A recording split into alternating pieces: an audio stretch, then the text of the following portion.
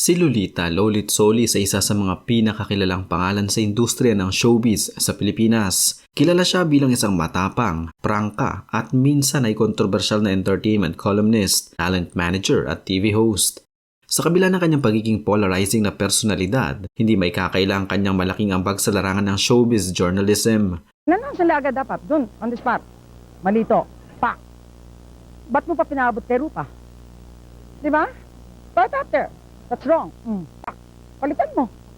And then pagkatapos, ano, di ba?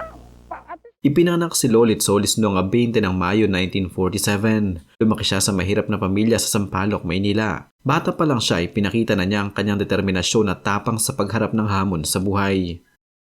Sa kabila ng kahirapan, hindi siya nawala ng pangarap at unti-unti niyang binuo ang kanyang landas patungong tagumpay sa media. Nagsimula ang kanyang karera bilang isang showbiz reporter noong dekada 60. Sa panahon ng walang internet at social media, malaki ang papel ng mga entertainment writer sa pagbabalita tungkol sa buhay ng mga artista. Dito niya pinatunayan ang kanyang galing sa pagsulat at pagkuha ng maiinit na balita. Mabilis siyang nakilala sa industriya dahil sa kanyang kakayahang makakuha ng eksklusibong impormasyon. Sa paglipas ng panahon, naging isang respetadong pangalan si Lolit sa industriya. Maliban sa pagsusulat, lumabas rin siya sa mga talk show gaya ng Star Talk kung saan naging bahagi siya ng panel na nagbibigay komento tungkol sa showbiz happenings. Sa kanyang prangkang pananalita at minsan ay kontrobersyal na opinyon, naging tampok siya ng maraming usapan sa publiko. Hindi naging madali ang kanyang karera. Sa kabila ng kanyang mga pagkakamali, maraming artista ang nagpapakita ng pagmamahal at respeto kay Lolit. Isa siyang talent manager na nag-alaga ng mga artistang tulad ni Gabby Concepcion, Paolo Contis at Jackie Foster. Ipinapakita nito na kahit prangka siya bilang kolumnista, may puso siya bilang manager at kaibigan sa mga artistang kanyang hinawakan. Sa kanyang pagtanda, naging mas lantad ang kanyang personal na buhay sa publiko. Ilang beses siyang na-ospital at ibinahagi niya ang kanyang mga karamdaman sa kanyang social media. Sa kabila ng kanyang mga iniindang sakit, patuloy siyang aktibo sa pagbibigay noon ng opinyon tungkol sa mga isyu sa showbiz at politika. Ang kanyang legacy ay hindi matatawaran. Isa siya sa mga haligi ng showbiz journalism sa Pilipinas. Maaaring hindi lahat ay sumasang-ayon sa kanyang mga pananaw, ngunit hindi may kakailan ang kanyang impluwensya at kontribusyon sa larangan ng media at entertainment. Ang buhay ni Lolit Solis ay isang patunay na ang tagumpay hindi lamang tungkol sa pagiging perpekto, kundi sa kakayahang bumangon sa gitna ng pagkakamali. Siya ay isang babaeng may tapang, prinsipyo at katatagan, isang tunay na alamat sa mundo ng showbiz sa Pilipinas. Ang The Ricky Martin Press Conference Scam noong 1994 ay isa sa mga pinakakontrobersyal at kinatatandaang issue sa karera ni Lolit Solis. Ipinahayag niya sa press na dumating umano si Ricky Martin sa Pilipinas at nagdaos ng press conference. Ngunit napatunayang peke ito at wala talagang pagbisita ang international singer sa bansa. Kasama sa iskandalong ito ang ilang artista gaya na Gabby Concepcion at Gretchen Barreto na di umano'y sangkot sa pagpapanggap sa event. Umamin si Lolit na siyang nag-imbento ng kwento at humarap sa kasong isinampa laban sa kanya.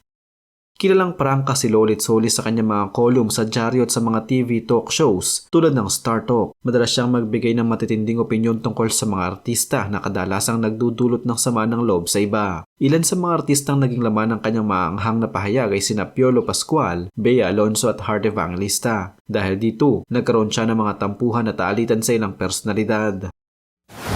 Bagamat dati sila magkaibigan at co-host ni Christopher Min sa mga talk shows, nagkaroon sila ng tampuhan na umabot sa public exchanges. Naglabasan ng mga personal na komento ang dalawa na nauwi sa mainit na palitan sa media. Bagamat pansamantalang humupa ang issue, naging malaking balita ito sa industriya noon.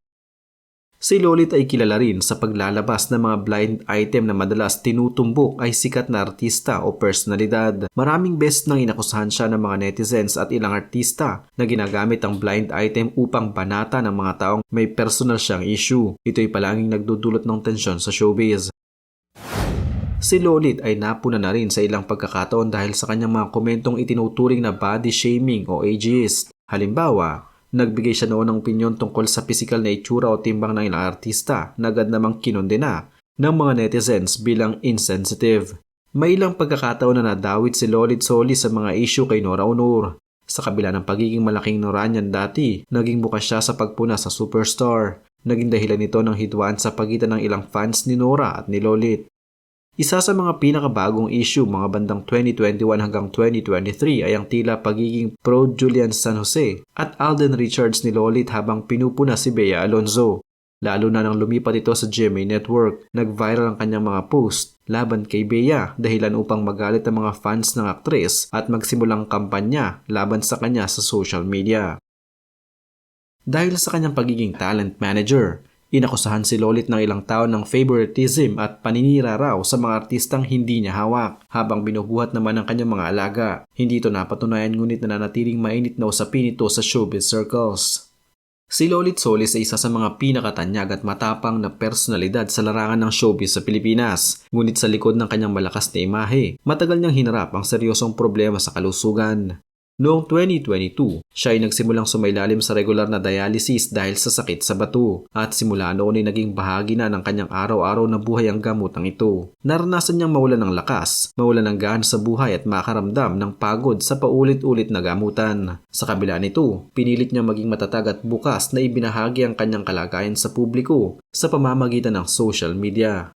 Sa pagdaan ng panahon, nagkaroon siya ng iba pang mga komplikasyon tulad ng acute kidney infection, hirap sa paghinga at posibleng mild stroke. Nagpahayag din siya ng emosyonal na pagkapagod at pagkabalisa, lalo na nang maramdaman niyang tila palubha ang kanyang kalagayan. Sa kabila ng kanyang iniindang sakit, pinanatili niya ang kanyang pagiging positibo at pasasalamat sa buhay. Sa isang panayam, sinabi niyang handa na siyang tanggapin ang katapusan kung darating man ito, na isang patunay ng kanyang tapang at paninindigan kahit sa harap ng kamatayan. Noong 3 ng Hulyo 2025, kahapon lamang, pumanaw si Lolit Solis sa edad na 78 habang nasa ospital dahil umano sa atake sa puso. Ayon sa kanyang anak, ito ay mabilis at hindi na siya muling nagkamalay. Ang kanyang pagpanaw ay iniwan ng lungkot sa industriya ng showbiz at sa mga taong minahal at humanga sa kanya. Bagamat maraming unos siyang hinarap, kapwa sa personal at profesional na buhay, si Lolit ay mananatiling simbolo ng tapang, dedikasyon at katatagan. Isang babaeng hindi basta-bastang bumigay sa laban ng buhay.